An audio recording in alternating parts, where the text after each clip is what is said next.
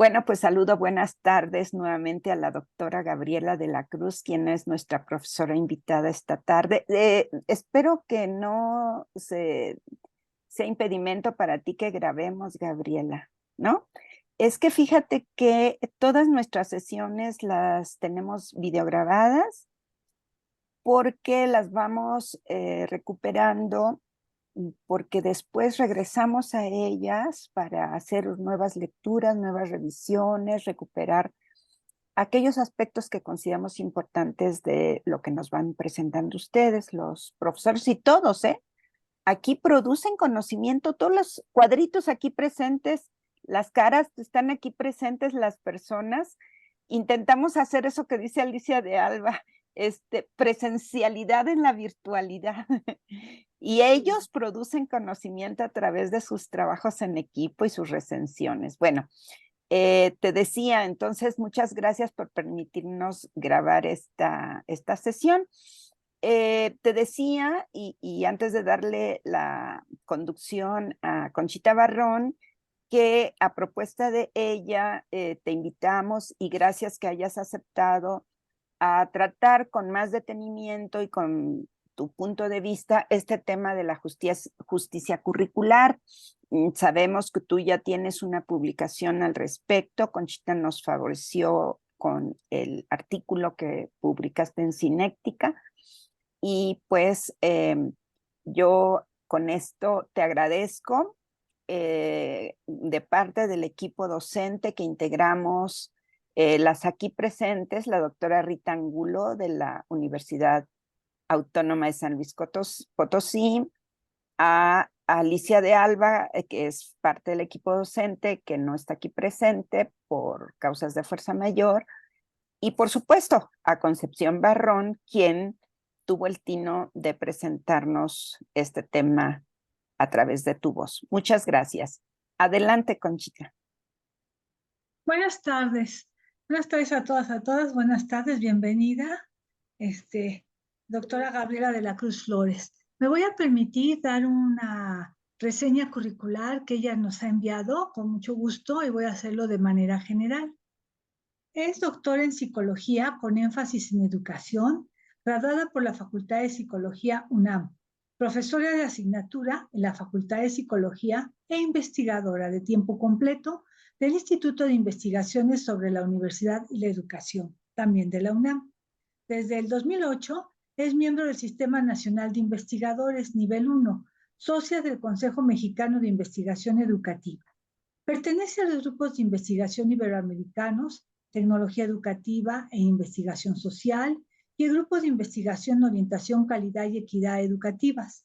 Entre sus líneas de investigación destaca tutoría en educación media y superior, procesos de inclusión-exclusión en educación media, formación docente, evaluación educativa.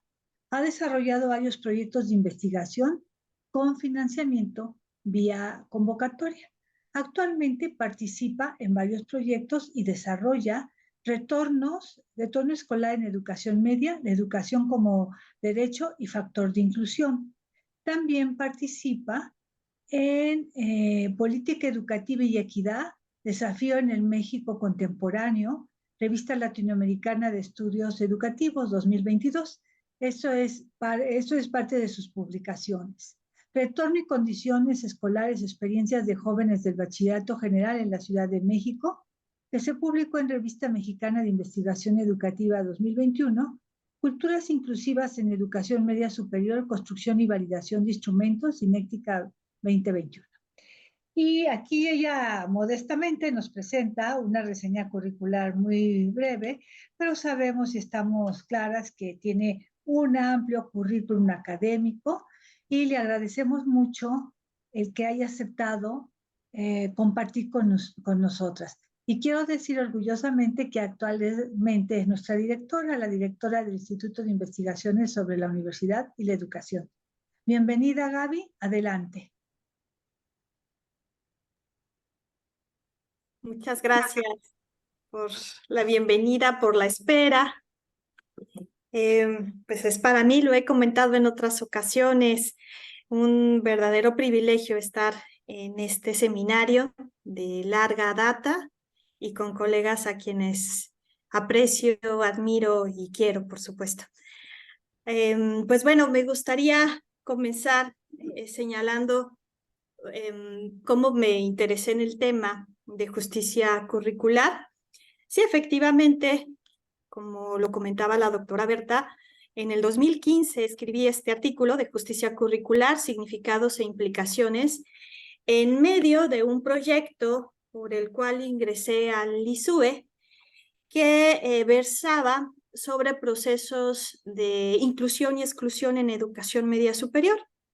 Y en ese proyecto, de manera particular, me interesó indagar in situ, o sea, en planteles, qué pasaba con el currículum, ¿no? Cómo se desplegaba en distintos subsistemas de media superior. En este caso, trabajé en Colegio de Bachilleres, en CONALEP y en la Escuela Nacional Preparatoria, y desde ahí fue que me empecé a interesar por el tema de la justicia curricular, pero particularmente en el nivel medio superior, ¿no? Entonces, vale la pena, ¿no?, precisar cómo uno llega a estos temas, a estos asuntos, y que fue en realidad en el marco de un proyecto por el cual ingresé al instituto.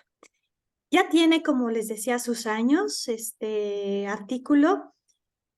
Releyéndolo, por supuesto, me parece que hay cosas que sin duda desarrollaría mejor.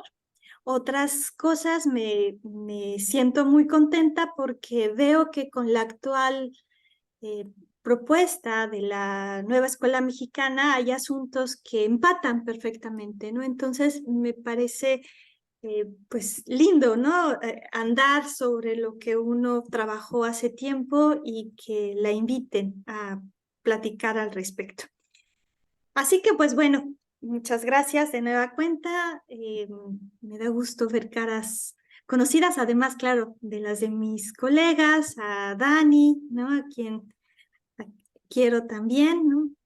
Compartimos una red de juventud y adolescentes, o al revés. Sí, ¿verdad? Adolescencia y juventud. Compartimos esa red, y a Rita, por supuesto, también, quien aprecio, y bueno, ¿no?, sin duda a cada uno y una de ustedes, bienvenidos, bienvenidas. Pues bueno, voy a compartir mi pantalla. Me avisan cuando se vea. ¿La ven? Sí. Listo. Bueno, pues hablaré sobre este tema, justicia curricular, y como les decía, pues mi marco de referencia pues es ese artículo que en su momento escribí, y habrán algunos otros asuntos que iré recuperando en este contexto actual. Pues bueno, la hoja de ruta, vamos a revisar los siguientes rubros. Muy a grandes rasgos hablaré qué es la justicia, iré desmenuzando. Después, qué es currículum, me siento intimidada ante mis colegas que son expertas en currículum, así que me voy a atrever a hablar un poquitito sobre currículum. Después entraré ya en el tema de justicia curricular, recuperando a dos autores que me parecen clave. Después, que fue un tanto la apuesta de ese artículo que escribí en el 2015, estas imbricaciones entre justicia social y justicia curricular, y de ahí, bueno, hago una especie de juego, digamos, de ver cómo la justicia social puede dar nuevos referentes para conceptualizar a la justicia curricular. Y en ese sentido recuperaremos tres aproximaciones contemporáneas de la justicia social como distribución, la justicia social como reconocimiento y la justicia social como participación. ¿Sí? Cada una de estas aproximaciones contemporáneas dan luces hacia el constructo de justicia curricular, y eso es como la parte, me parece, que puede aportar a la discusión. Y bueno, al final, a manera de epílogo, me atreveré también a dar algunas pinceladas sobre cuáles podrían ser algunas de las implicaciones del constructo justicia curricular a nivel escolar y a nivel del aula. Sí, en esta última parte me interesa cómo pasar más al ámbito de lo práctico, o sea, cómo llevamos este constructo a nuestro quehacer cotidiano, ¿no? Básicamente en estos dos niveles, en el centro escolar y en el aula.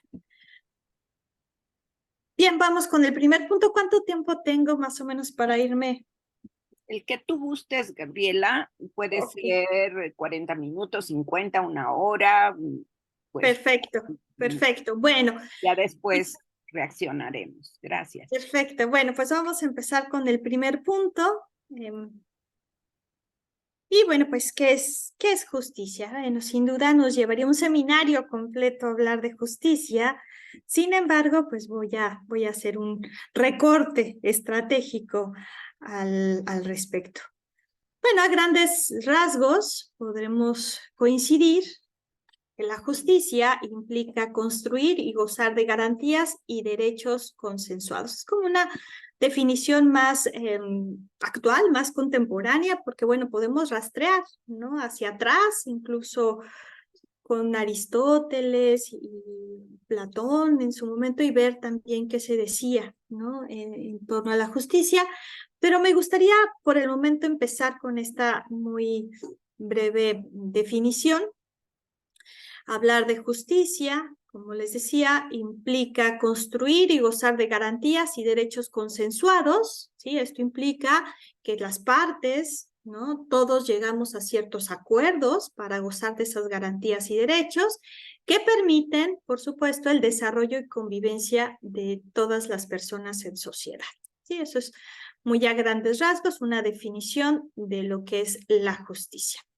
Ahora, la justicia, algo que me parece muy importante, mantiene relación con otros dos conceptos muy importantes, con la igualdad y con la equidad. Sí, vamos a encontrar siempre esta tríada articulada, ¿no? Justicia, igualdad y equidad. La igualdad tiene que ver con la igualdad de bienes, de recursos materiales, de culturales, de satisfacción e incluso de capacidades que desplieguen libertad y poder de decisión, siguiendo a Zen. La igualdad parte, ¿no? Del principio de que, como el nombre lo dice, o sea, todos tenemos los mismos derechos, digamos, ¿no? Partimos de las mismas condiciones, entonces todos debiésemos de gozar de estos bienes, de estos recursos, de la misma satisfacción y, como les decía, de capacidades. Sin embargo, la igualdad a veces pareciera complicada cuando reconocemos que existen diferencias y que existen desigualdades de origen. Y de ahí surge el concepto de equidad. El concepto de equidad es superior al de igualdad y la equidad lo que remarca es el reconocimiento de las desigualdades, ¿no? Desigualdades que pueden ser sociales, culturales, étnicas, incluso también por cuestiones de género. Entonces, la equidad reconoce las desigualdades y busca compensar. Hola, te lo dejo así, gracias. Ahora, mientras la igualdad nos habla del qué de la justicia, es decir, los bienes, de recursos, de capacidades, la equidad distingue el cómo de la justicia, es decir, enfatiza la importancia de reconocer y compensar diferencias. Entonces, como les decía en un principio, la justicia trabaja con estos dos conceptos, o sea, trata de igualar, ¿no? Trata de que todos tengamos los bienes, recursos materiales, culturales y capacidades, pero resulta que efectivamente no somos iguales. Entonces, al reconocer esas desigualdades de origen, la equidad, como les decía, reconoce estas y busca compensar esas diferencias. Ahora, sobre currículum, les decía, me voy a atrever ¿no? Muy someramente hablar de currículum. El currículum, en general, podríamos decir que está asociado con decisiones de orden político. Esto me parece que es muy importante enfatizar en torno a lo que es el currículum. Siempre va a tener ese asunto, ¿no? de una dimensión política sobre lo que se espera. Hay un poquito de eco, sobre lo que se espera de los sistemas educativos y sus actores, y en particular se relaciona con los procesos de escolarización. Entonces tenemos esos dos elementos clave del currículum, ¿no? Que tiene un componente de orden político, decisiones de orden político, por otro lado que se relaciona con los procesos de escolarización, y de ahí justo radica la complejidad del constructo currículum. En tanto, pues expresa y traduce conocimientos y valores culturalmente seleccionados que se espera fomentar en los miembros más jóvenes. O sea, sin duda podemos tener variadas aproximaciones al currículum, ¿sí? Pero a mí en lo particular me gusta, me parece, ¿no?, conveniente conceptualizar al currículum desde estos elementos que están en negritas, ¿no?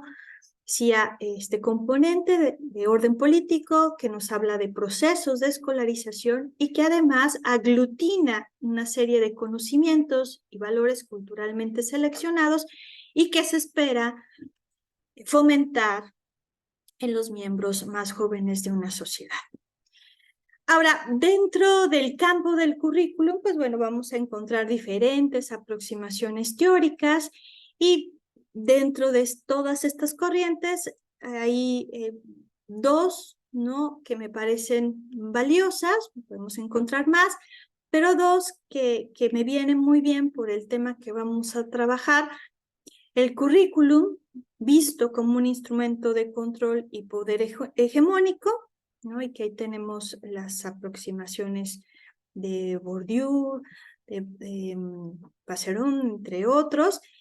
Y por otro lado, pues tenemos también las aproximaciones del currículum como una vía para fomentar la democracia, la participación y la liberación. ¿Sí? Entonces son dos aproximaciones hasta cierto punto antagónicas, y que, les digo, viene muy bien, me parece, para trabajar el tema de justicia curricular, ¿no? En términos de ver al currículum como una vía justo para fomentar estos últimos aspectos que aparecen en la diapositiva, ¿no? Como una vía también de favorecer la democracia, la participación y la liberación.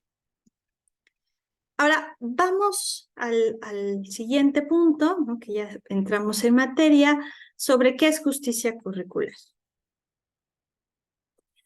Como les decía en un principio, hay dos autores que me parecen fundamentales. La primera es Connell, y para ella la justicia curricular se materializa cuando los temas y contenidos se abordan desde la posición de los menos favorecidos, ¿no? Entonces esto me parece que es clave para comprender qué es la justicia curricular, ¿no? Ver desde esta perspectiva de la autora, ver al currículum, los temas y contenidos desde esta posición. ¿Sí? Por ejemplo, plantear los temas económicos desde la situación de los pobres y no de los ricos. Establecer las cuestiones de género desde la posición de las mujeres, por ejemplo. Plantear las relaciones territoriales desde la perspectiva de los indígenas, ¿no? Entonces es ver los diferentes temas y contenidos desde esta mirada de los menos favorecidos, de los marginados, de aquellos grupos que sistemáticamente han sido excluidos, ¿no? Entonces esa es la apuesta central de Connell para hablar de justicia curricular. Y al respecto nos habla de la importancia de promover un currículum común. Y en este currículum lo que se buscaría sería garantizar saberes mínimos en la población y promover prácticas de aprendizaje no jerarquizadas y de cooperación. De ahí, bueno, se subraya, tener en cuenta la importancia de hablar de un currículum común o un currículum compartido. ¿Sí? Eso me parece también importante, de manera muy sintética, de la aproximación de CONEL, este aporte de hablar de un currículum común con estas dos características, ¿no? Poner al alcance de la población, de todos y todas, saberes mínimos, que traten de igualar, podríamos decir, y por otro lado, promover prácticas de aprendizaje, es decir, ya en el aula propiamente, en la escuela, donde se favorezca el intercambio, la colaboración, la cooperación, de tal manera que se rompan con esquemas jerarquizados y excluyentes. Por otro lado, tenemos los aportes de Jorge Torres, ¿no? Que también es un autor que de manera más reciente, digamos, bueno, no tan reciente, pero posterior a los aportes de CONEL, también recupera el constructo de justicia curricular. Y para el autor, como ustedes ven en la diapositiva, la justicia curricular es el resultado de analizar el currículum. Esto me parece muy importante y ahorita vamos a ver unas preguntas al respecto. Es el resultado de analizar el currículum que se diseña, que se pone en acción, evalúa e investiga, tomando en consideración el grado en el que todo lo que se decide y hace en las aulas es respetuoso y atiende a las necesidades y urgencias de todos los colectivos sociales. De esta primera parte de la cita me parece fundamental, ¿no? Que resalta estos asuntos para analizar, ¿no? El diseño, el desarrollo y la evaluación, si se dan cuenta, ¿no? del currículum. Y además, bueno, el decir que tanto ese currículum toma en consideración a todos, es respetuoso y atiende estas necesidades. En ese sentido, les ayuda a verse, o sea, quienes están en el aula, en las escuelas, les ayuda a verse, analizarse, comprenderse y juzgarse como personas éticas, solidarias, colaborativas y corresponsables de un proyecto más amplio de intervención sociopolítica destinados a construir un mundo más humano, justo y democrático. Es una definición con muchos elementos, como ustedes se pueden dar cuenta, ¿no?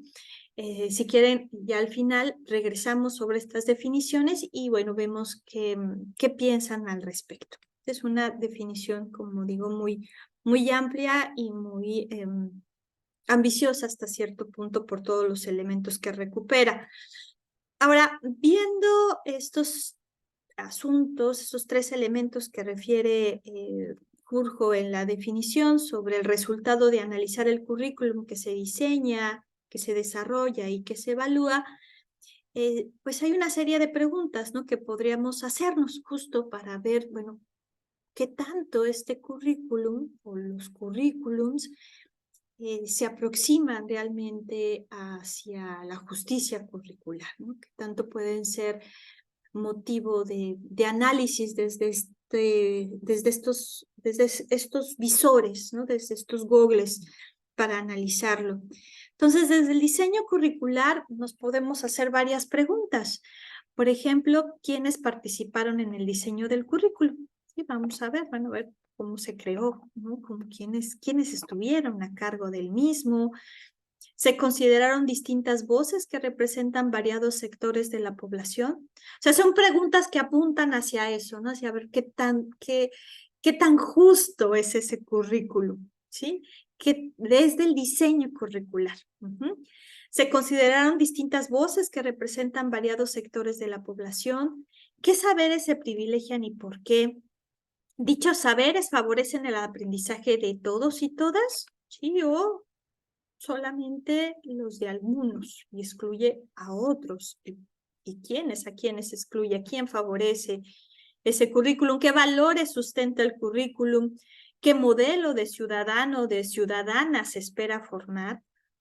Se identificaron las posibles desventajas socioculturales de centros educativos, docentes, alumnos, familias, y se avisoraron posibles medidas compensatorias. Son preguntas que me parece tratan de focalizar, ¿no?, asuntos clave para analizar, ¿no?, esta justicia embebida en el diseño curricular.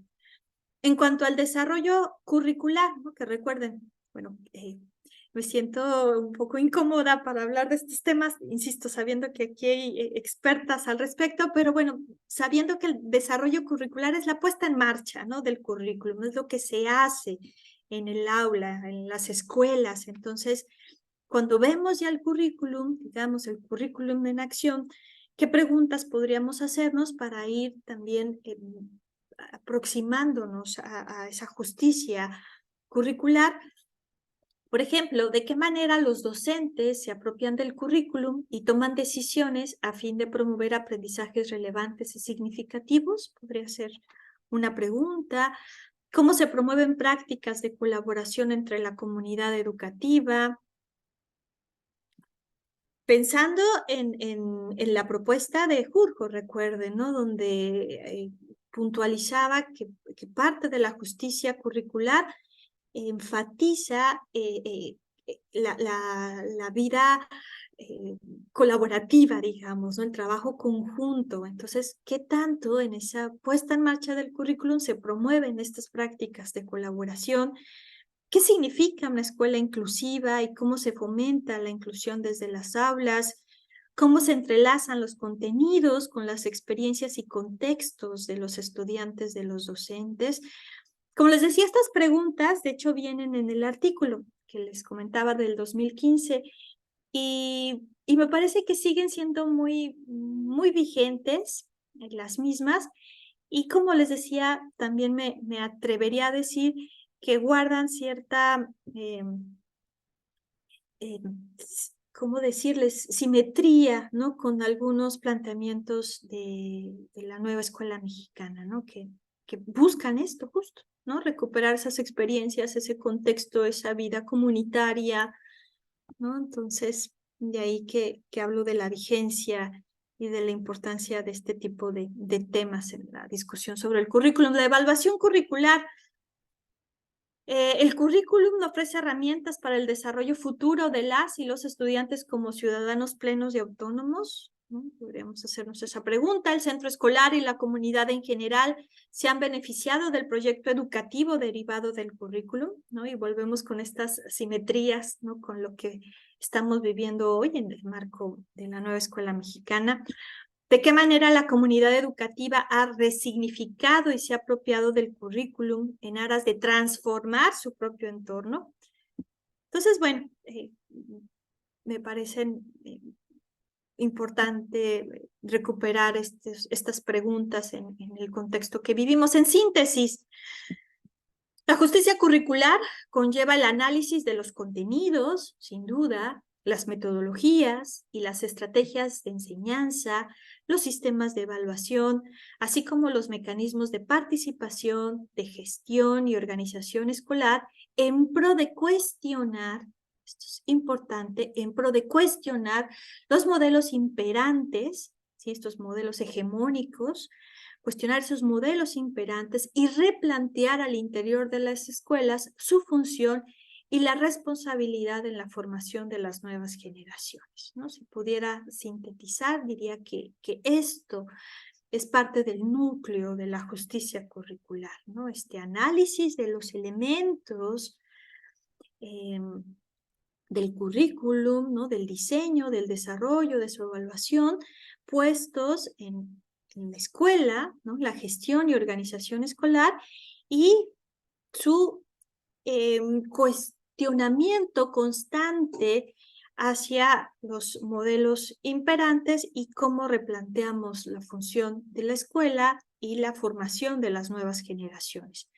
A nivel macro, el constructo de justicia curricular nos permite comprender y afrontar fenómenos de exclusión educativa.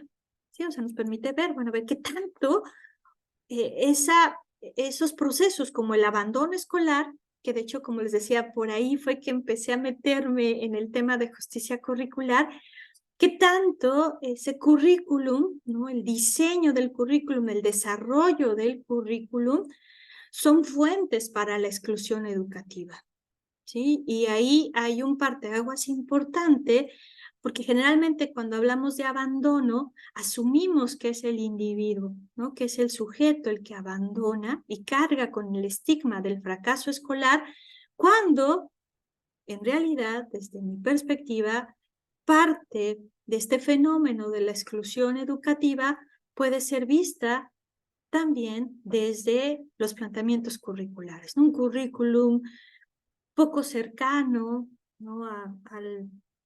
al contexto de los jóvenes, particularmente relacionándolo con la educación media superior, que es donde he desarrollado mi trabajo en los últimos años, que tanto ese currículum, ¿no? Mantiene vínculos con la forma de pensar de los jóvenes, con sus problemáticas que viven, con sus expectativas, el tipo de lenguaje que utiliza, ¿sí? ¿Qué tanto ese currículum y esa puesta en marcha del mismo son detonantes de exclusión? ¿Sí? Y por otro lado, también a nivel micro, el constructo de justicia curricular pues promueve, sin duda, resignificar la labor educativa, la construcción de culturas escolares inclusivas, el fomento a la participación, a la diversificación de estrategias y recursos educativos. Entonces, muy apretado, la síntesis de la justicia curricular y vista desde estos dos grandes niveles, a nivel macro, para entender una serie de problemáticas que enfrenta nuestro sistema educativo, visto desde la exclusión educativa, y a nivel micro, sus aportes para replantear y mirar la labor educativa. Ahora, con el tercer punto, que ya les adelantaba,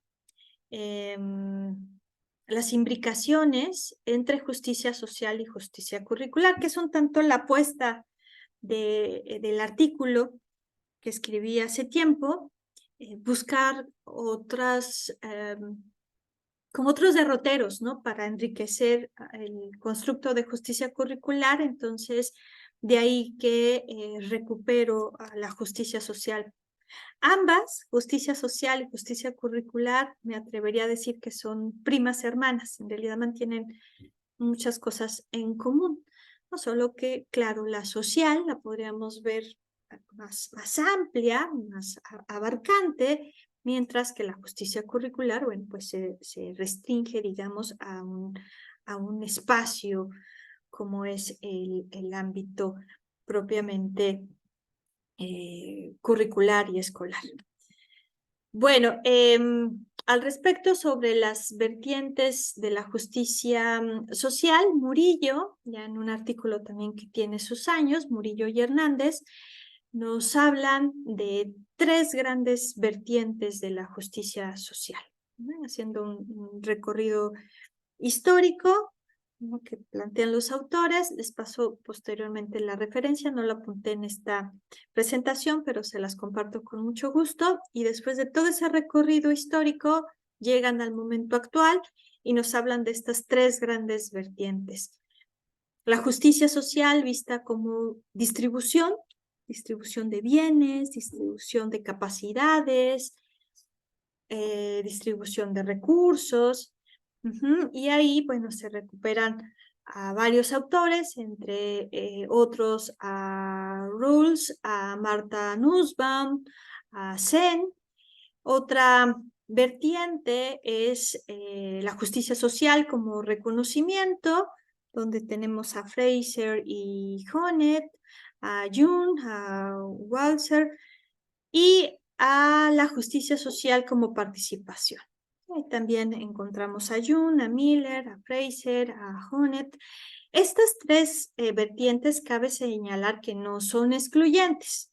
O sea, hay cosas que comparten en común, como ustedes ven, algunos autores incluso. ¿sí? Pero en términos esquemáticos y para atomizar, digamos, estas vertientes, hablamos de esta triada, ¿no? Justicia como distribución, como reconocimiento y como participación. Si vemos a la justicia social como distribución, básicamente el centro de la justicia social sería la distribución de bienes, de recursos materiales y culturales y de capacidades. Eso es lo que busca, ¿no? La justicia social vista como distribución, distribuir, ¿no? Distribuir de una manera equitativa esos bienes, esos recursos materiales, culturales y capacidades. De ahí encontramos la definición de la justicia distributiva. La justicia distributiva está basada, siguiendo los aportes de Rawls, está basada en el modelo en que los bienes primarios se encuentran distribuidos en la sociedad y sus principios que delimitan la apropiada distribución de esos beneficios y los lastres, a su vez, en la sociedad, son los siguientes, ¿no? Justicia igualitaria, ¿sí? Justicia según la necesidad, justicia según el mérito y el principio de diferencia, ¿no? Entonces son 4 elementos, digamos, a partir de los cuales se busca la distribución de beneficios, pero a su vez también generan ciertos lastres en la sociedad. Sen, por su parte, pues critica esta aproximación de la justicia distributiva por su carácter instrumental. Y para él, la justicia sustenta que la justicia se encuentra más bien en las libertades reales que gozan los individuos y en el fomento de la dignidad humana, ¿no? Entonces hay como 2 vertientes en torno a esta justicia social como distribución. La justicia distributiva desde la perspectiva de Rawls y, por otro lado, el enfoque de las capacidades de ser. En resumen, mientras Rawls se centra en los medios para lograr los fines deseados por los individuos, ¿sí? Para acceder a esa distribución, Sen fija su atención en la libertad real de las personas, concebida como la capacidad de lograr realizaciones, lo que constituye un fin para cada persona. Es decir, Sen en lo que centra su atención es en realidad qué tanta libertad tenemos en un contexto social, en un contexto histórico, en un contexto cultural, qué tanta libertad tenemos para realmente echar a andar todas nuestras capacidades, ¿sí? Y con esas capacidades lograr nuestra realización plena. Entonces, esa es un tanto la tensión entre estas 2 aproximaciones, la de Rawls y la de Sen. Por otro lado, tenemos a la justicia social, la segunda vertiente, la justicia social como reconocimiento.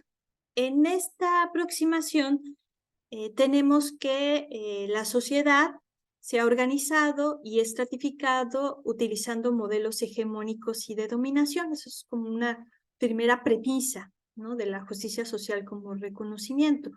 Por ello, la justicia social se expresa cuando se reconoce a grupos minoritarios, ¿sí? Entonces, en contraparte a esa estratificación, la justicia social como reconocimiento prioriza el reconocimiento a los grupos minoritarios, lo cual nos llevaría teóricamente a una sociedad inclusiva, abierta a la diversidad y a la atención de los grupos que históricamente han sido marginados y excluidos. Entonces, esa es la gran apuesta de la justicia social como reconocimiento. Parte de tener en cuenta que vivimos en una sociedad estratificada y entonces busca, en contraparte, como decía, reconocer a grupos minoritarios. La tercera vertiente tiene que ver con la justicia social entendida como participación. Y en esta aproximación lo que se enfatiza es buscar la generación de condiciones para que todos y todas, en especial aquellos que han sido excluidos e invisibilizados histórica y sistemáticamente, adquieran una posición central en la toma de decisiones. Entonces, eso es lo que apuesta esta última aproximación, ¿sí? Favorecer la participación de todos y todas, ¿no? Particularmente, como ven ustedes en la diapositiva, particularmente aquellos que han sido excluidos e invisibilizados. Ahora, estas vertientes contemporáneas de la justicia social, ¿qué implicaciones pueden tener para la justicia curricular?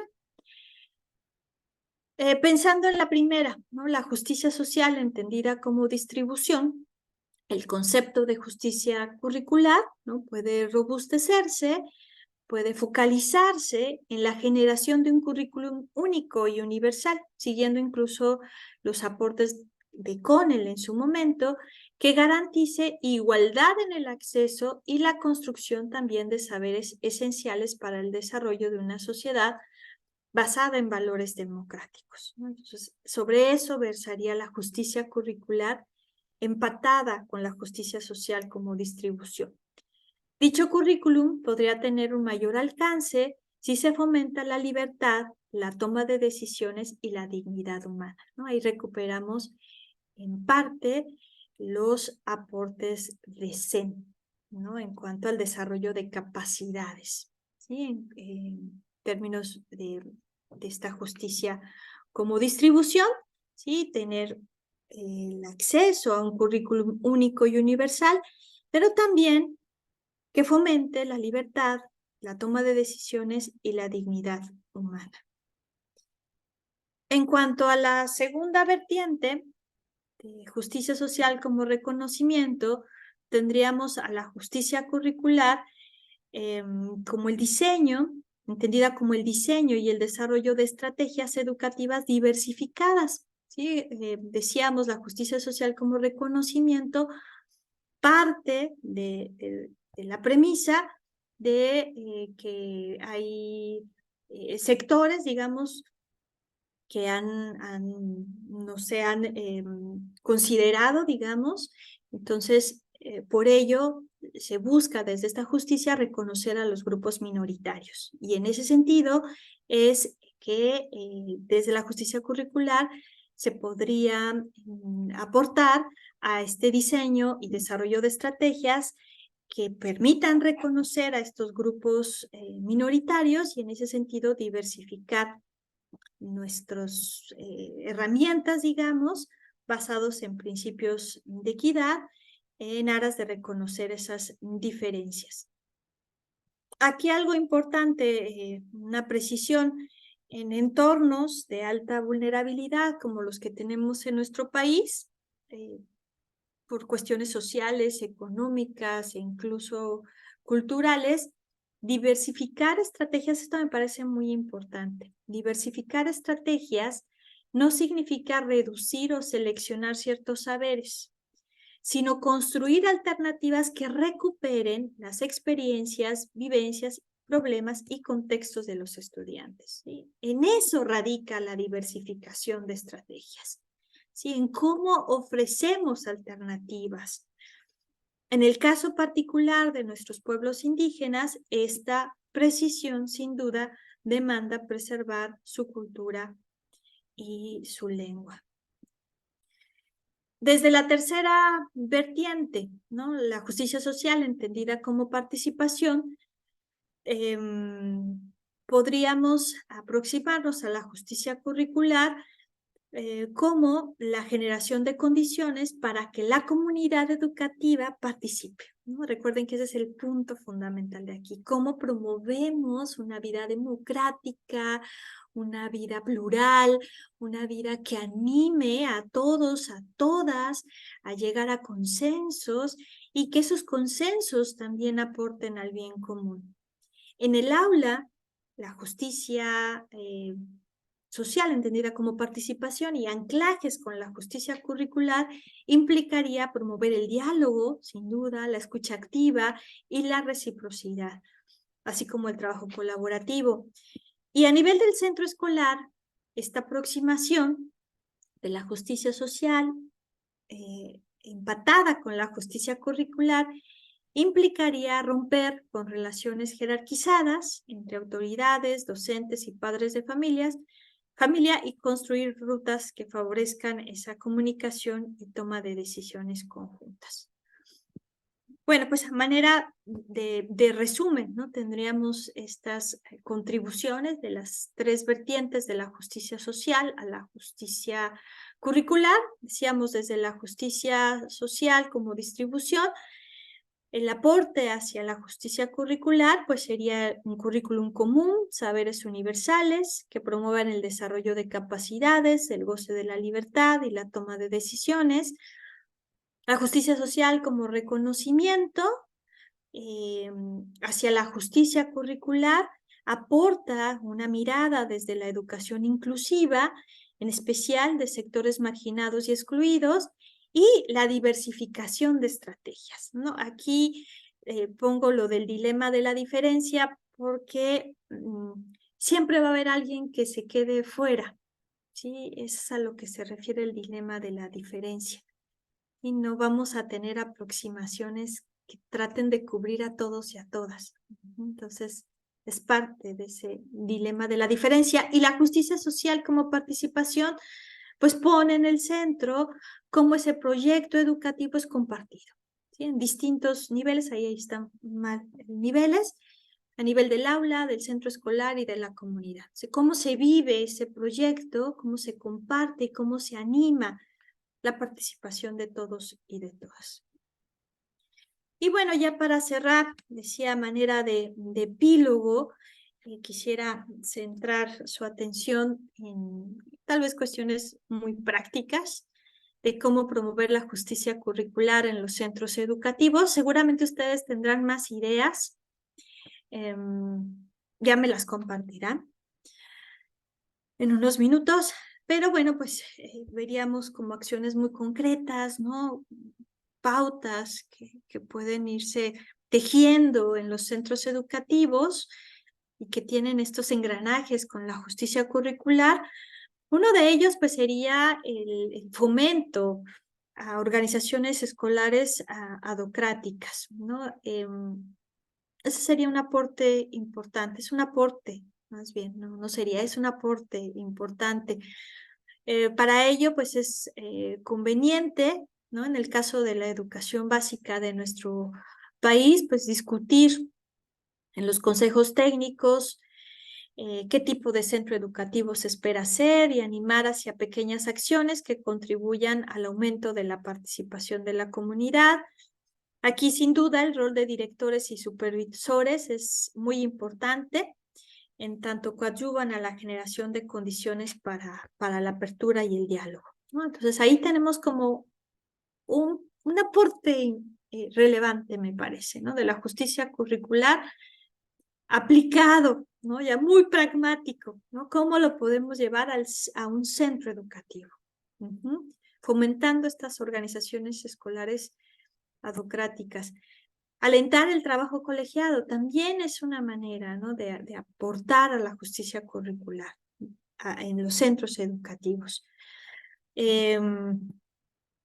Promover espacios para la evaluación del desempeño docente al interior de los centros educativos, no como mecanismos coercitivos y de control, ¿no? Que bueno, ahorita ya estamos en otra tesitura, ya no hablamos tanto de evaluación docente, pero bueno, creo que deberíamos de continuar con este ánimo, ¿no? De pensar cómo esa evaluación se convierte en realmente un nicho para la mejora de la labor docente, que se asocia a su vez con la mejora del aprendizaje de los estudiantes. O sea, eso es irrenunciable. La evaluación docente está articulada necesariamente a la mejora del aprendizaje.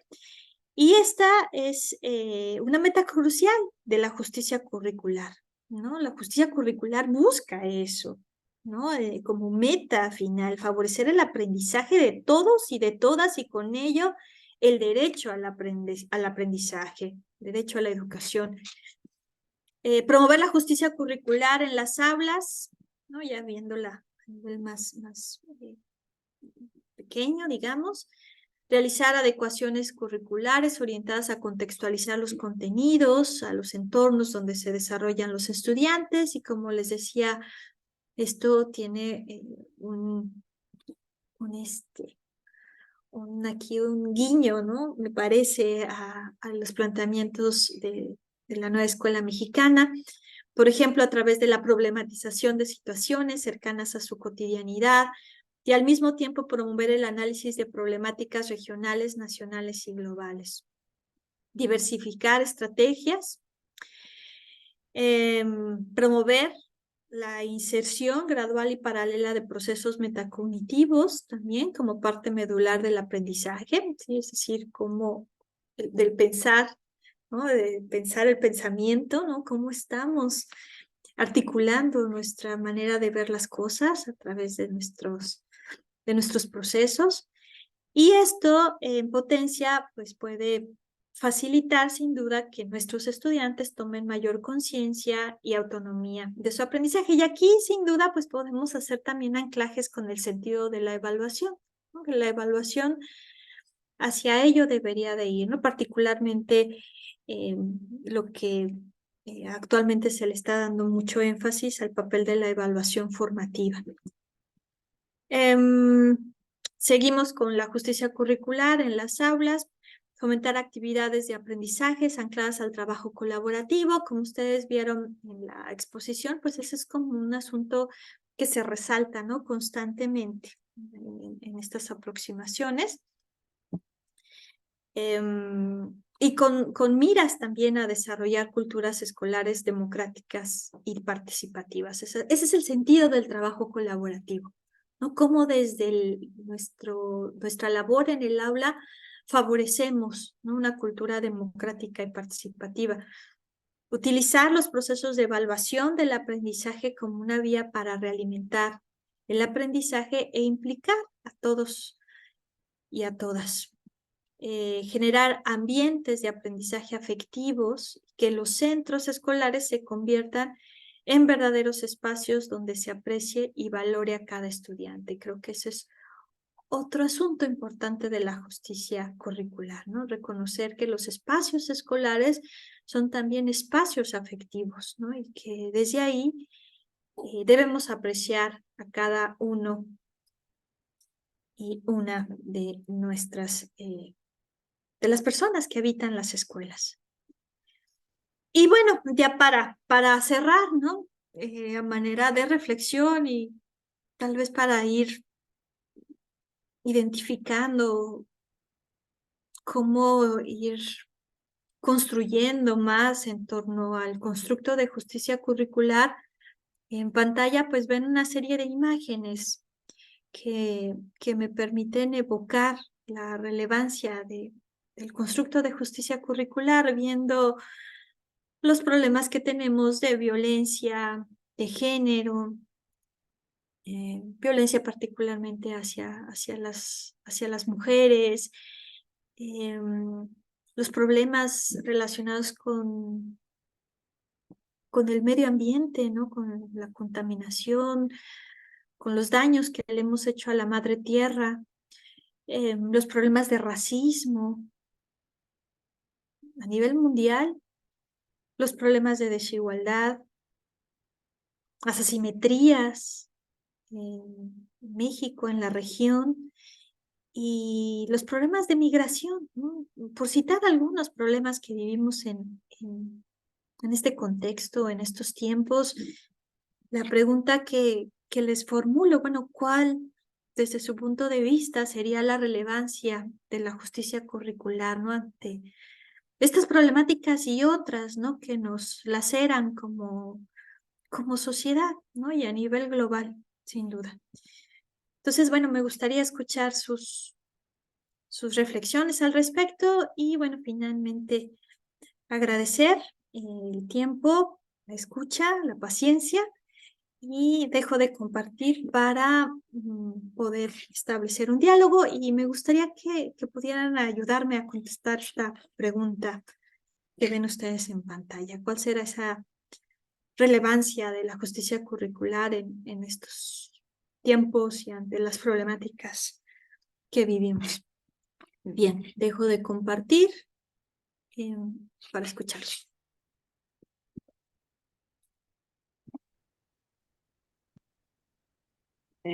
Muchas gracias, Gabriela. Has movido muchas inquietudes, muchas preocupaciones y muchas aspiraciones, muchos anhelos, muchas esperanzas. Me ha resultado, conforme iba siguiendo, me surgía como un sentido de seguir pensando este tema. Y esta pregunta que nos planteas, que comparto, creo que estoy casi segura que nuestras participaciones de este grupo, que es un grupo con muchas aportaciones, tenemos un muy buen grupo, siempre los hemos tenido y ahora también, que nos ofrecen muy potentes reflexiones. Y ya aquí tenemos una mano alzada de la colega Amalia de Argentina, Amalia Well, y yo les animo a los demás. Podemos hacer, como siempre, un bloque de 3, 4 participaciones y damos oportunidad a que en este caso nuestra profesora invitada pues recupere, reteja, devuelva nuevas reflexiones. Yo misma tengo algunas, pero me las reservo para escuchar primeramente en ese orden a Amalia Güell y después a Marcela Vázquez, que nos pueden ofrecer ante esta exposición del tema que nos ha desmenuzado y nos ha desgranado la doctora de la Cruz y que seguramente abre nuevas preguntas y nuevas reflexiones. Adelante, Amalia. ¿Qué tal? Buenas tardes, buenas noches para mí. Aquí en Argentina, Gabriela, muchas gracias. Ya había leído tu texto y me había conmocionado antes, ¿no? Y ahora con esta última pregunta que dejaste, no puedo dejar de conmoverme. No tengo una respuesta, tengo reflexiones que vengo haciendo, que venimos haciendo muchos de los que estamos en la escuela, de los que tenemos la posibilidad de analizar o de pensar en esta cuestión de la justicia curricular, qué responsabilidad tenemos acerca de lo que, por ejemplo, sucede en nuestro país, en mi país, Argentina, respecto de aquellos jóvenes, sobre todo, muchos de ellos, han digamos, acompañado una propuesta política de negación, una propuesta política de destrucción del otro, de desprecio a lo diferente, justamente de desprecio a los grupos minoritarios, a los grupos siempre vulnerados.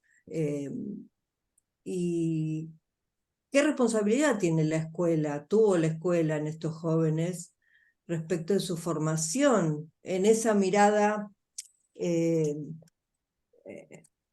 hacia el otro sin violencia, sino de cómo se construyeron los afectos para estos grupos, para estos sujetos, pensando que la escuela es productora de vínculos en los que se juegan los afectos, no es solo el conocimiento, no es solo saber qué pasó hace 200 años o cómo se produce la fotosíntesis, ¿no? Digo, yo estoy... te digo, las imágenes, podría sumarle imágenes de aquí, y me conmovieron emocionalmente, porque es trágico, creo que es trágico. Y bueno, nada, dejo esta reflexión que me carcome, ¿no? Gracias, Amelia, compartido también. Ujú. Gracias. Adelante, Marcela. Abre tu micrófono. Sí, muchas gracias. Pensé en muchas cosas durante la plática, entre ellas, pues nuestros maestros desde el origen en el que están formados. Recordemos que muchos son maestros normalistas. Históricamente, los maestros rurales, cuando vienen pues de esos pueblos lejanos a las ciudades o en sus mismas comunidades, imparten clase, reproducen un currículum, eh, al final reproducen aquello en lo que no fueron tomados en cuenta también, ¿no? Entonces es interesante el ver cómo la apuesta política va en muchos sentidos, ¿no? Entonces, las apuestas políticas y los intereses políticos llevan un sentido, pero la cuestión de replicar el currículum lo llevan personas del campo, también personas de la ciudad, pero a mí me llama mucho la atención, recuerdo un montón de maestros en mi familia que venían de los pueblos, ¿no? De Oaxaca, de Guerrero, y era con un sentido,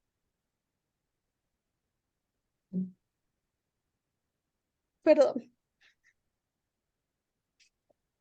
Tranquila, era tranquila. con un sentido de educación, ¿no? Uh-huh. O sea, eran maestros que estaban muy convencidos de una cuestión de educar, Así es. pero no preguntaban qué hay más atrás, o sea, qué hay allá atrás en todo ese diseño, en toda esa parte que ellos replicaban inconscientemente. O sea, eran maestros que vinieron del pueblo, que tenían ese sentido de justicia. Y ellos, era interesante porque ahorita estaba pensando y decía, ellos no tenían conciencia de esa parte curricular, pero hacían justicia social en sus aulas. Había un programa y tenían cuestiones de aprendizaje y de cosas así, pero recuerdo mucho porque la familia es de maestros, ¿no? Y cómo ellos desde el aula, con el niño que no tenía que comer, hacían lo imposible, porque era una actuación frente a la sociedad y ellos tenían un compromiso social más allá de preguntarse si era lo que debían enseñar, si los libros de texto gratuitos, o sea, eran cosas bien interesantes. Y a mí me movieron muchas cosas que ahorita escuché y digo, ¿cómo tantos maestros? Y seguimos teniendo muchos maestros, por supuesto, que yo sí creo en la justicia social desde el otro punto, o sea, desde el personal. O sea, hay maestros que están llevando a cabo una justicia curricular por su propia mano. A veces decimos, es que lo que hace el maestro en el aula es un misterio. Nosotros podemos hacer diseño curricular y podemos hacer la propuesta y trabajar con los grupos de especialistas y pensar y soñar en un perfil de egreso o lo que sea. Pero lo que hace el maestro en el aula es otra cosa. Y muchos de ellos tienen un sentido social impresionante, ¿no? Entonces, a mí me remontó esos maestros que debo decir que pues a lo mejor ya no están incluso en vida, pero nuestros maestros que vienen de zonas rurales, de otras cuestiones, siguiendo la idea de que el magisterio es una fuerza más allá de una cuestión, de una profesión. Entonces, perdón por participar de esta manera, pero a mí me movieron muchas cosas. Muchas gracias, Te Marcela. abrazamos, Marce. Muchas gracias. Al contrario, creo que este tema de la justicia no es un contenido solo académico, si bien nuestra profesora nos ha enriquecido con toda, yo digo, desgranó el concepto, la conceptuación, pero obviamente que esta conceptuación mueve y mueve mucho, y no nada más te movió a ti. Estoy casi segura que nos movió a todas y a todos los que estamos aquí presentes. Entonces, nada de disculpa. Este es nuestro espacio que sirve para circular nuestras reflexiones y nuestras afecciones y afectos también, ¿verdad? Muchas gracias. ¿Alguien más quiere participar? Yo también quiero participar, pero después. No sé si alguien más, doy la palabra, y si no, con estas dos muy sentidas y ricas reflexiones, ricas en sentido de su potencialidad, podemos ofrecérselas ya a la doctora de la Cruz.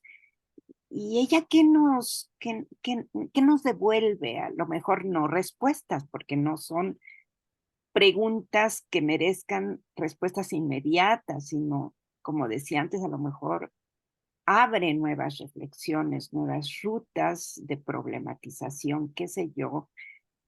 Gabriela, no sé si quieres recuperar estas dos participaciones que ya son abundantes como para comentarlas, ¿no?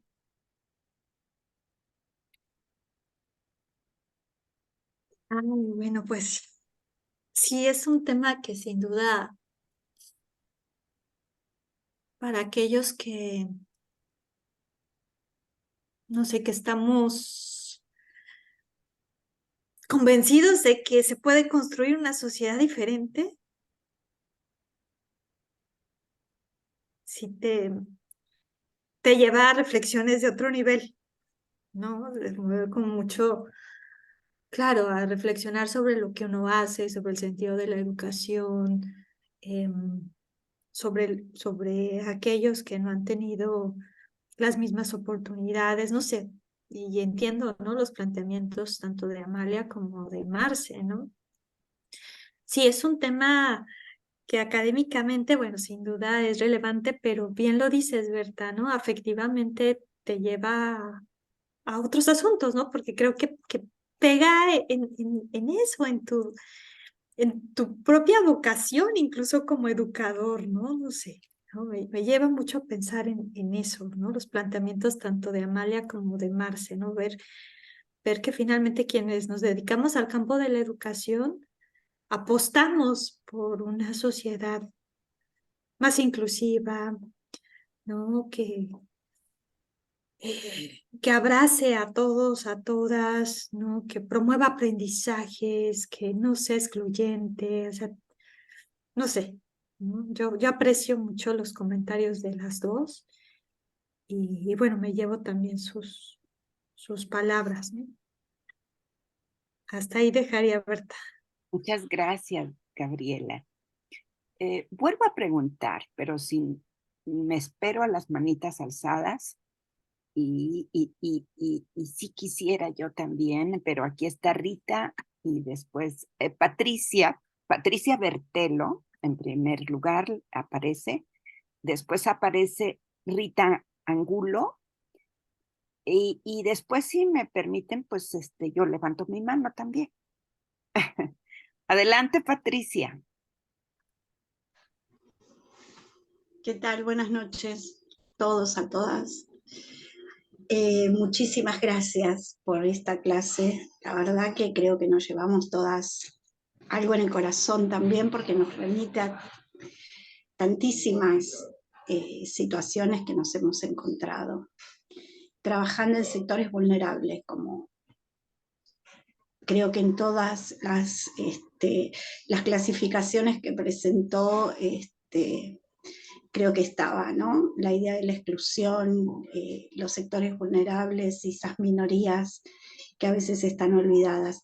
Algo que bueno, coincido con lo conmovido de la clase, coincido con Amalia, las dos de Argentina, en que estamos atravesando una situación que a la educación se le presenta un poco complicada de entender, cómo se pueden elegir discursos exclusores.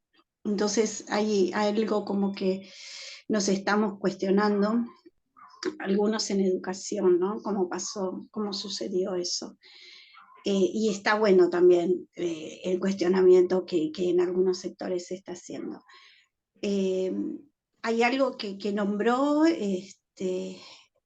la profesora, la doctora, es la relación de la importancia de lo común. Es algo que yo vengo sosteniendo desde largo tiempo, la idea de siempre hacer esa vigilancia de lo común dentro del diseño curricular, ¿no? De aquello que no puede dejar de estar para nadie, para ninguno, ni para ninguna, en ninguno de los sectores, ¿no? Que esa idea de compartir saberes comunes, porque sabemos que la desigualdad va a estar, la desigualdad y la distribución de capital cultural va a estar, pero siempre eso común que nos ponga a todos en un mismo tren. Estoy haciendo mi maestría en currículum acá en Argentina, y esta idea de la participación y de cómo al diseño curricular se le abre a la participación. Si bien estoy analizando el diseño para el nivel inicial, hay muchísimos que están pensando en qué enseñarles y qué tienen que aprender los chicos del nivel inicial, y en ningún momento hay una instancia de preguntas a esos chicos, o por lo menos todavía no la estoy encontrando. Yo no sé si se piensa que niños del nivel inicial no pueden decir qué les gusta o qué no del jardín de infantes, pero hay algo ahí que la voz de los niños faltan, y si bien se sostiene de un lugar de sujetos de derecho, hay una voz que está faltando, y es ese derecho a ser escuchados a ellos mismos. Pero bueno, nada, era un comentario de que me fui haciendo a medida que ella iba desarrollando el tema, y agradezco muchísimo esta sesión, porque la verdad que fue enriquecedora. Rita y después Omar, y yo me formo después. Adelante, Rita, y después Omar. Gracias, Berta, y gracias, Gabriela, por ofrecernos un pensamiento y una forma ordenada de pensarnos a nosotros como estudiosos, investigadores, lectores de lo que nos rodea en términos curriculares. Quisiera, en atención a eso, destacar, recogiendo las palabras sentidas de Marcela,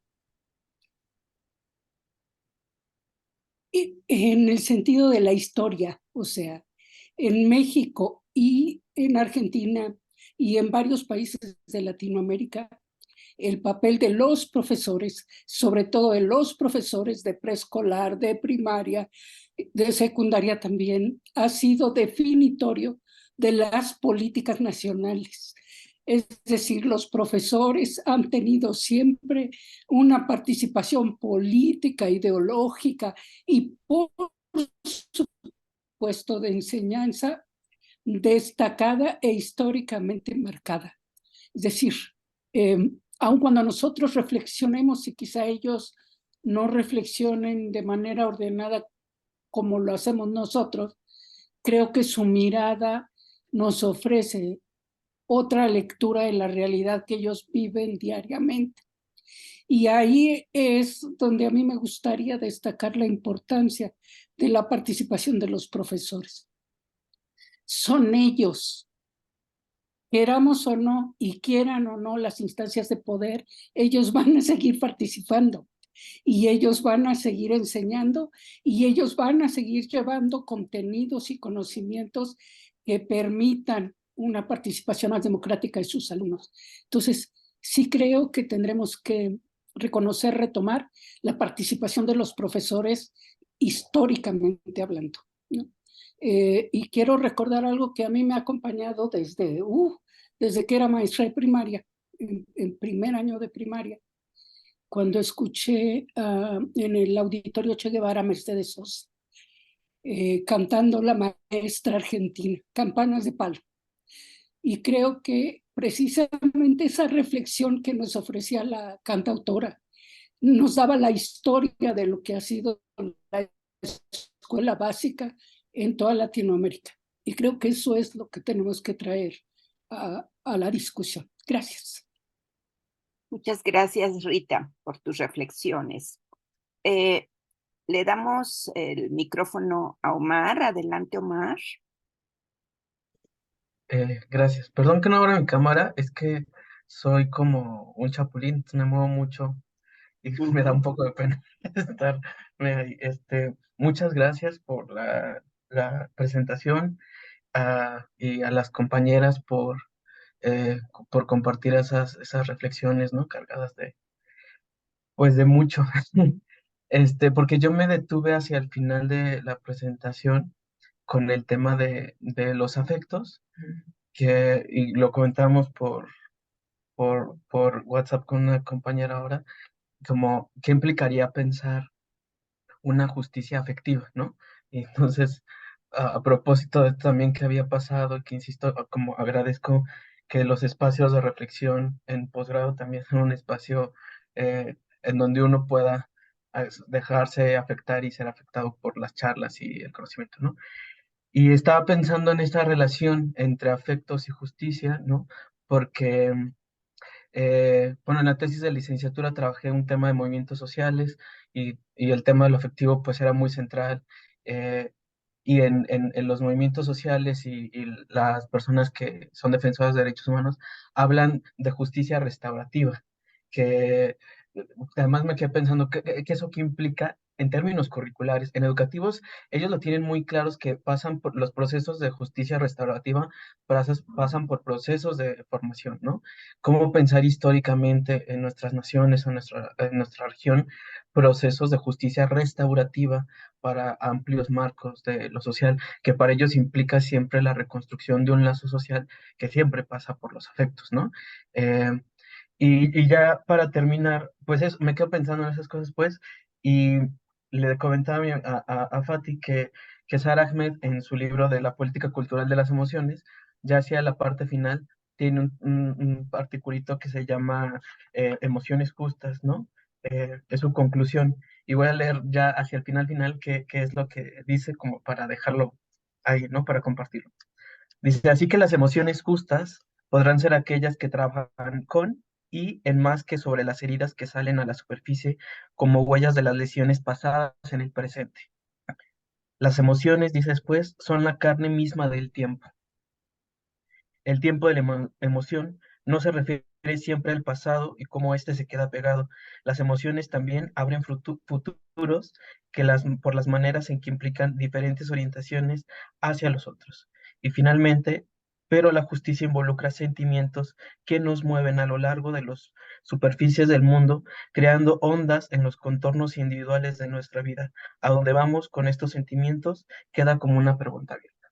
Y ya, muchas gracias de nuevo.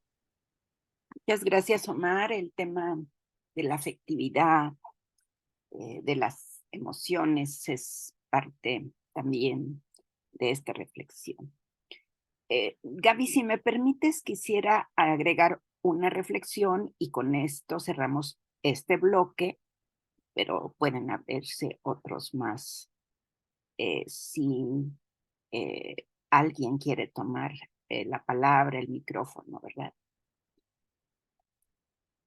A ver si puedo ordenarme porque son muchas cosas las que me movieron en tu exposición. Primeramente, quiero reconocer que conceptualmente como una herramienta útil nos has abierto como muchas capas conceptuales en torno a los significantes que tú manejaste: justicia, currículum, justicia curricular y luego los demás hasta el epílogo, ¿no? Bueno, De verdad, ya con eso, yo me daría por servida porque me aporta muchas herramientas justamente para el diseño, que a mí me interesa mucho, ¿verdad? Y me interesa porque el diseño es un momento de decisión política, no definitoria, pero es una. Y si no lo ocupamos, alguien más lo va a ocupar, ¿verdad? Entonces, ya con eso me doy por servida con todas estas herramientas que nos brindas. Eso, punto primero. Segundo, mira, doctora de la Cruz, te cuento que el tema en el que tú estás participando y a partir de la participación de Conchita que nos ofreció el tema de los contenidos poderosos en currículum, vinculado con la justicia curricular y con la cuestión de la categoría del territorio, ¿sí? No como espacio geográfico, sino como toda la carga de significación que ahorita tiene utilizar esa conceptualización del territorio, ¿verdad? Bueno, ahí, a partir de Concepción y ahora contigo con el tema de justicia curricular, estamos en el eje 2 de nuestro programa que se llama Voces sobre estos temas, ¿no? O sea, estamos escuchando. Pero este es el eje 2 y hay un eje 1 con el que abrimos el seminario que se llama Lectura de la realidad para leer el vínculo currículum y sociedad. Es como una apertura, ¿no? No voy a entrar a desagregar ese tema, pero desde las conceptualizaciones que empleamos sobre lectura de la realidad, cuando te escuchaba, esa conceptuación de lectura de la realidad como un ejercicio, no solamente epistémico, sino también político y social, ¿sí? Al escuchar el tema de la justicia curricular y sobre todo en la última diapositiva de las imágenes que nos presentaste, después de hablar, de desgranar la herramienta conceptual justicia curricular, me topo con esas imágenes donde están las violencias. Hay una mano, es un circulito con una mano que parecen manos de un niño o una niña, ¿sí? Que bueno, si no fue así, pero a mí me dio la imagen de un niño que está recibiendo, que está siendo violentado o violentada y trata de no ver o de detenerse, ¿no? Vi la imagen de el racismo, ¿sí? De la exclusión y de la violencia por cuestiones de raza, de género, de sexo. La violencia, como tú lo mencionaste, a la madre tierra, a la Pachamama, ¿sí?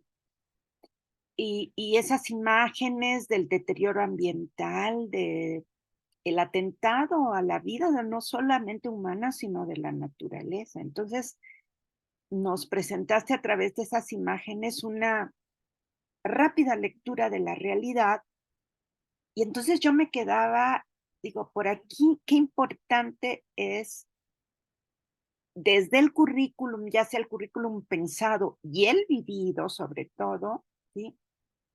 Tener aquí quisiera yo decir, ese chip de la justicia curricular, como un motor que nos empuja, que nos alerta, que nos mueve, que nos empuja con muchas dudas, pero también con muchas convicciones, porque tengo una realidad con mucha injusticia. O sea, por un lado, la frontera del debate curricular o una arista de esa frontera del debate curricular me exige, y yo estoy convencida contigo de este tema de la justicia curricular.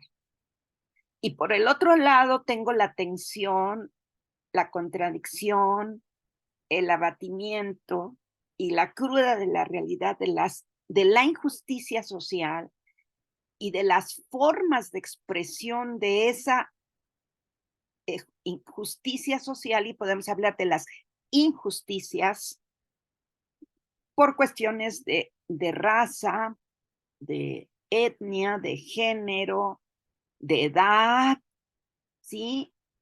En fin. Entonces, no estoy ni preguntando porque todavía no alcanzo a formular una pregunta. Lo que quiero decir es cómo me sentí ante esta lectura que tú nos ofreces y ante esta cruda realidad injusta, pero no quiero abandonar el principio de esperanza en educación, ¿sí?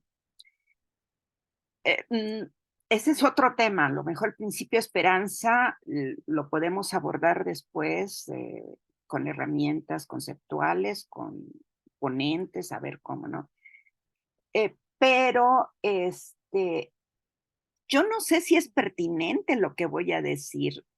Cuando estaba con esta tensión, escuchándote, y después la realidad que me retumbaba por aquí, y cuando presentas las imágenes, digo, sí, claro, ahí está, esa cruda realidad. Y por el otro lado, la aspiración de la justicia social y de la justicia curricular. Y entonces, no sé si es pertinente, me hiciste acordar del mito de Sísifo, que no sé si es un mito, Sísifo o de la educación, ¿no? Que es en otro momento histórico, aquí decimos que luego la teoría no se ajusta al tiempo histórico que queremos leer, eso lo voy a revisar, si es, por eso digo, no sé si sea pertinente traer a colación lo de Sigmund Bernfeld, que nos plantea en su libro Sísifo de la educación, en donde Sísifo, pues todas las tardes se sube a cuestas esa enorme piedra hasta la cima del montículo, la montaña, es la educación, Sísifo, que lleva esa carga hacia adelante. Y cuando llega a la cima, la piedra cae y rueda y se deshace la labor de ese día. Y al día siguiente hay que volver a empezar, ¿sí? A volver a subir penosamente esa cuesta cargando esa piedra, Sísifo, ¿no? Bueno, de ahí me paso y recupero una frase que dijo Marcela en su intervención, y coincido con Rita, en subrayar cuando Marcela recupera la función, el papel y la figura del maestro en sentido genérico, maestras y maestros, ¿sí? Y dice una frase, el magisterio, ¿sí?, reconociendo a un sector social que es el magisterio, dice, el magisterio es una fuerza.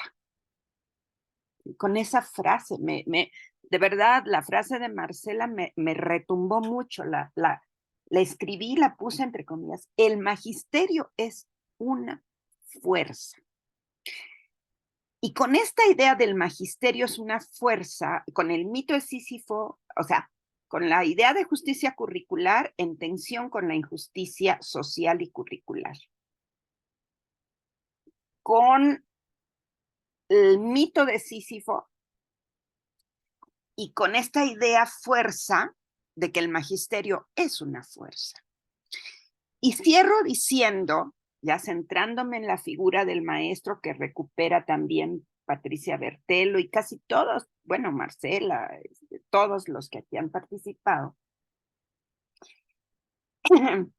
me recuerdo una conferencia que le escuché a Patricia Dupuy, una colega del ISUE.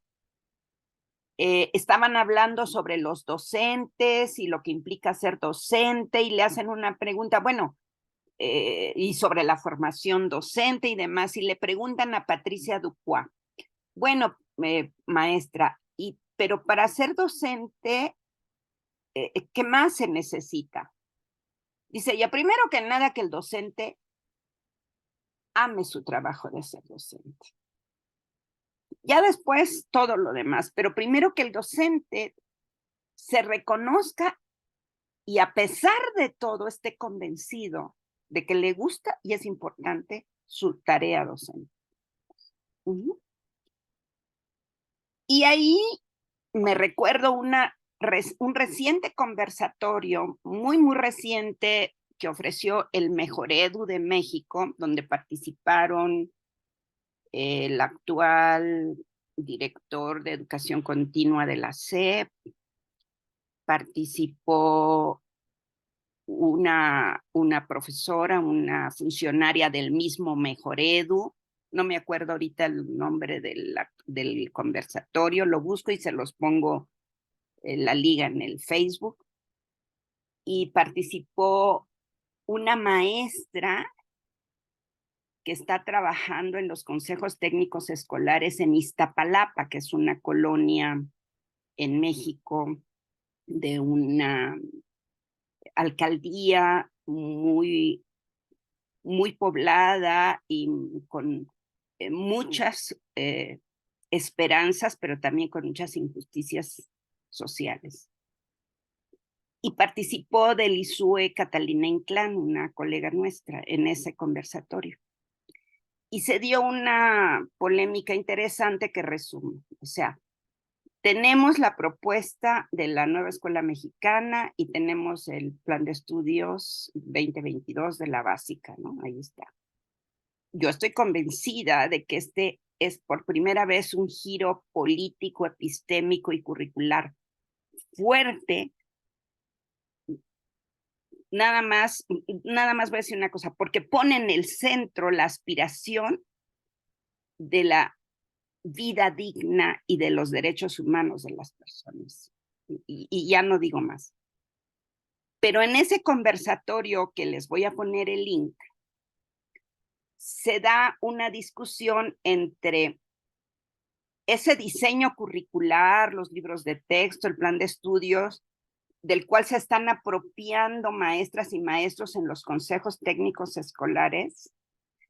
Y la maestra de Iztapalapa daba una maravillosa cátedra de cómo se forman los maestros de abajo hacia arriba, o sea, lo que ellos hacen, porque también la nueva escuela mexicana y el plan de estudios puede volverse vertical y decir, bueno, ya sí está, ahora háganlo. No, la cuestión clave es cómo se lo están apropiando y qué están haciendo con eso. A lo mejor hasta irreverencias están haciendo los maestros en los consejos escolares con ese diseño curricular que aspira a la justicia curricular. No me cabe la menor duda, ¿sí? Y por eso es que considero, y cierro con la frase de Marcela, del que el magisterio en este momento histórico, o así es mi lectura en este momento histórico de esta realidad educativa en nuestro país, y no sé si podemos compartirla, yo creo que sí, con nuestros colegas de Argentina, de Colombia, que están aquí. En este momento el magisterio es una fuerza muy potente. Me reservo otro tema que tocó Mar, que me parece importantísimo acá, vincular, creo que lo pone sobre la mesa, el tema de los afectos, pero ahí lo dejo.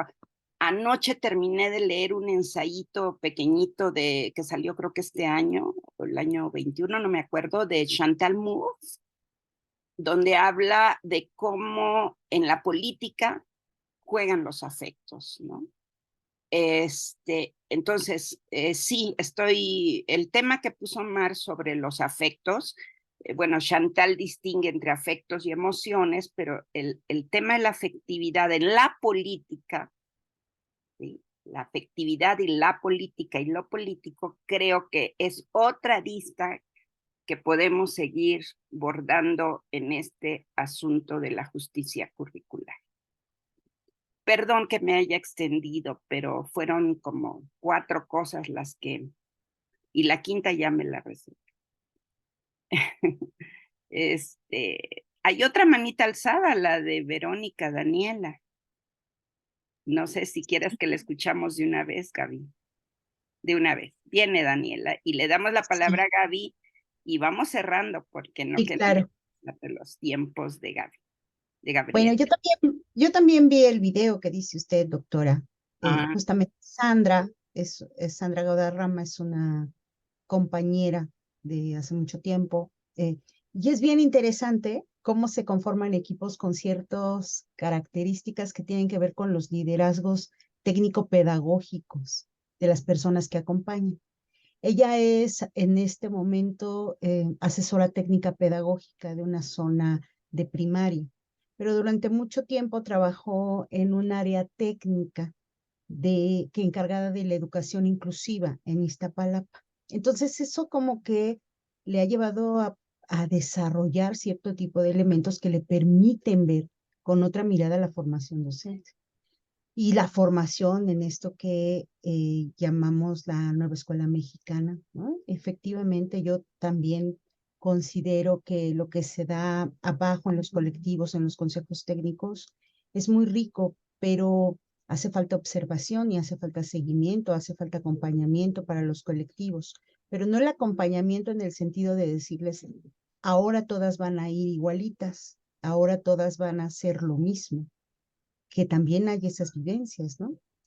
Quienes comparten algunas vivencias, cuando de repente me resuena la cabeza, dicen, todas mis escuelas ya tienen sus programas analíticos, todas mis escuelas van igualitas y todas manejamos este mismo formato.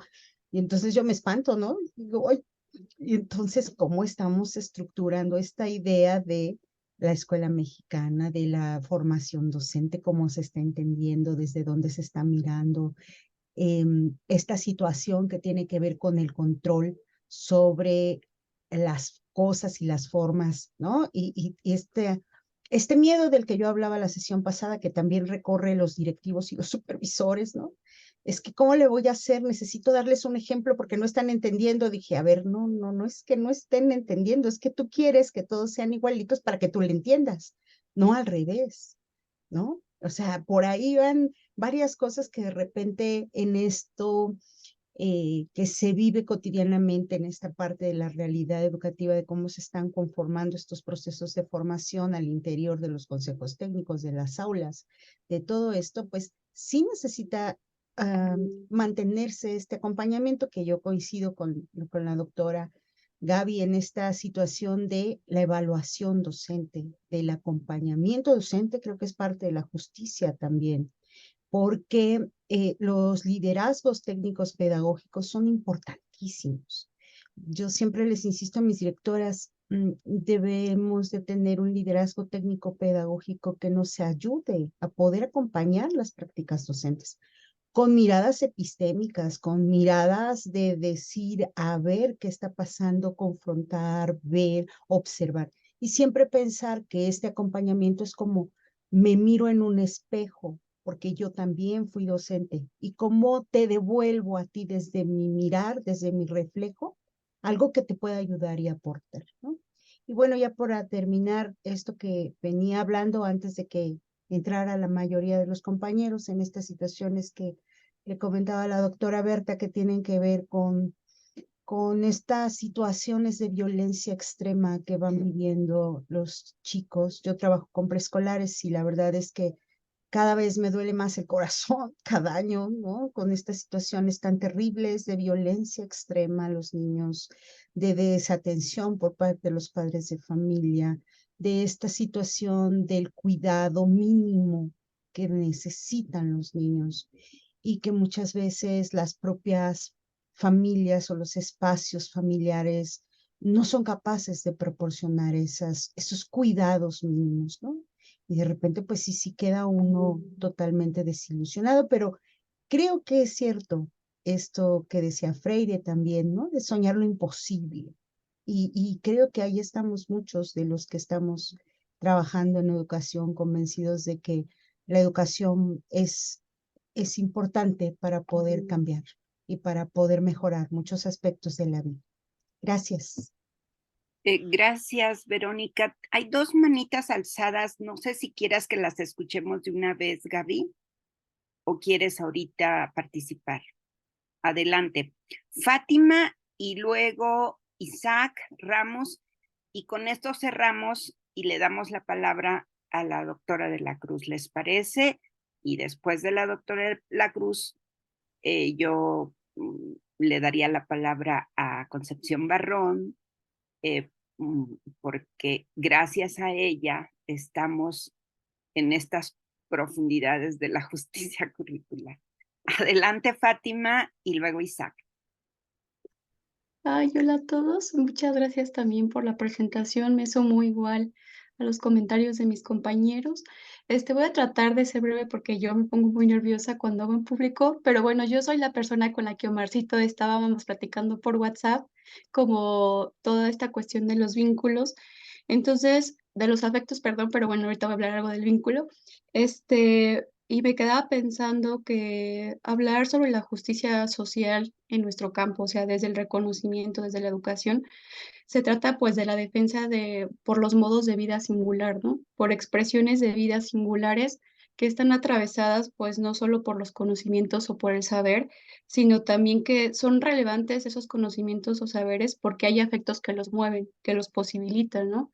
Entonces, en relación con eso, e incluso con nuestras propias culturas, pensaba que también la justicia se trata también de la problematización, no solo de los sino de los vínculos que se construyen con los otros, con la naturaleza, con la tierra incluso, ¿no?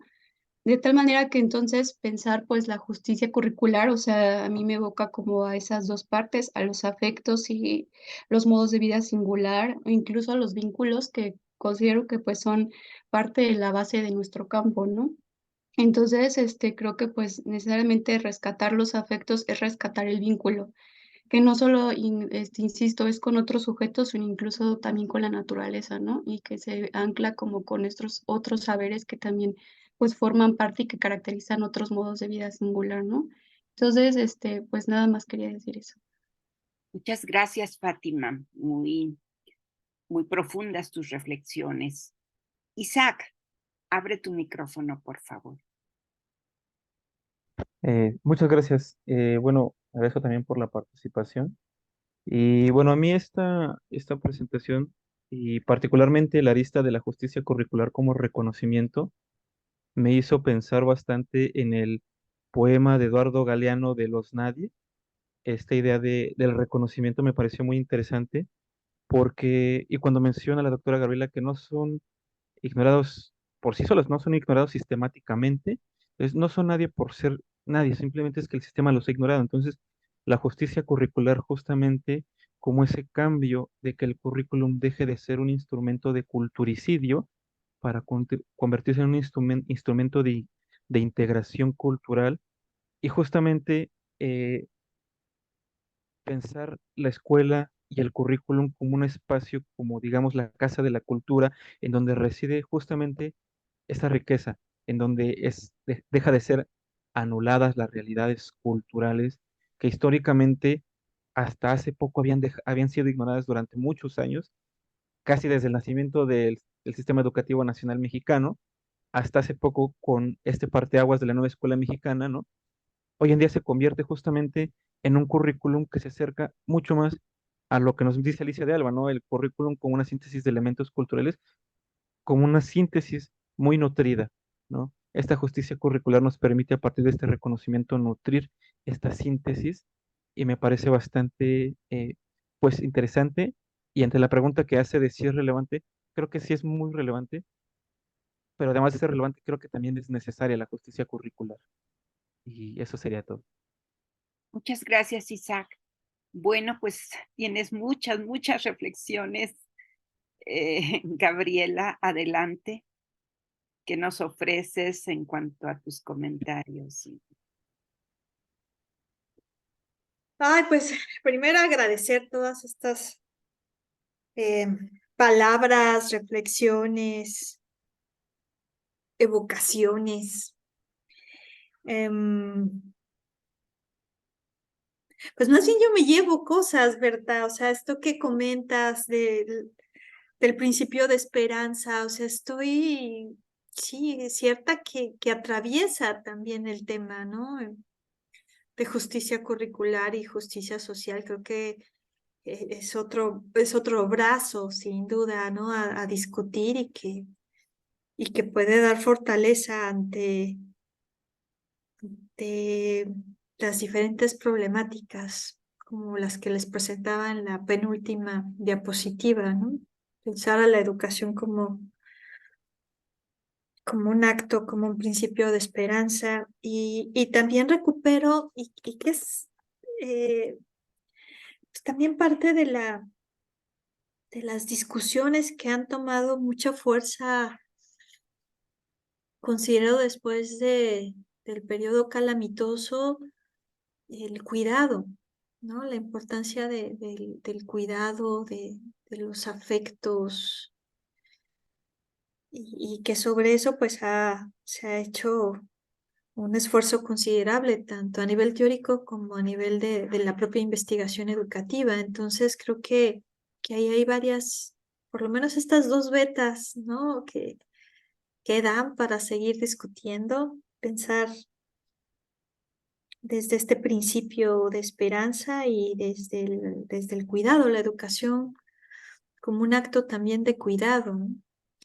Lo que comenta Dani sobre lo que vive en su práctica, de estas problemáticas que decía, y que lastimosamente no es una cuestión exclusiva, ¿no? Sino pareciera que es la norma, lamentablemente, ¿no? Niños, adolescentes y jóvenes desvinculados, ¿no? Eh, de la familia, de la escuela, ¿no? Sin una perspectiva clara de futuro, ¿no? Desarraigados. Híjole, creo que desde el currículum tenemos mucho que hacer, compañeros y compañeras, ¿no? No sé, me llevo más que nada, pues, esos comentarios, ¿no? Y cosas para seguir profundizando. Y también el convencimiento, ¿no? De que la justicia curricular articulada con la justicia social es altamente poderosa. Ujú. No tendría más que decir, más que agradecer, por supuesto, a todos, a todas. Pues muchas gracias, Gabriela. Mira hasta dónde nos llevaste. Y quiero decirte que esto coincide mucho con los propósitos de este seminario, que intentamos hacer una praxis de reflexión, de problematización, de explorar nuevas voces sobre el currículum. Quizá no es un seminario en donde afirmemos muchas cosas, más bien abrimos preguntas, abrimos reflexiones y ponemos a jugar también um, um, un bagaje de teorizaciones en currículum, no para repetirlas, sino justo para eso, para seguirlas moviendo, para seguirlas reflexionando. Entonces, un agradecimiento, porque este tema de la justicia curricular encaja perfectamente, como tú lo manejaste, en los propósitos de nuestro seminario. Muchas gracias. Y pues le doy la palabra a Conchita Barrón, porque gracias a su tino para poner sobre la mesa un tema complejo, un tema que mueve mucho, como lo hemos podido constatar esta tarde. Conchita, pues mira a dónde nos llevaste. Muchas gracias Gaby por tu participación, gracias por tus reflexiones y sobre todo por tu generosidad y disposición para compartir con nosotros y con nosotras en este seminario. Y quiero decirte que todo esto surge y se genera a través de un tema que a mí me inquietó desde hace muchos años sobre la distribución del conocimiento escolar y sobre todo la perspectiva de Jung sobre el conocimiento poderoso, ¿no? como una dimensión clave de la justicia social.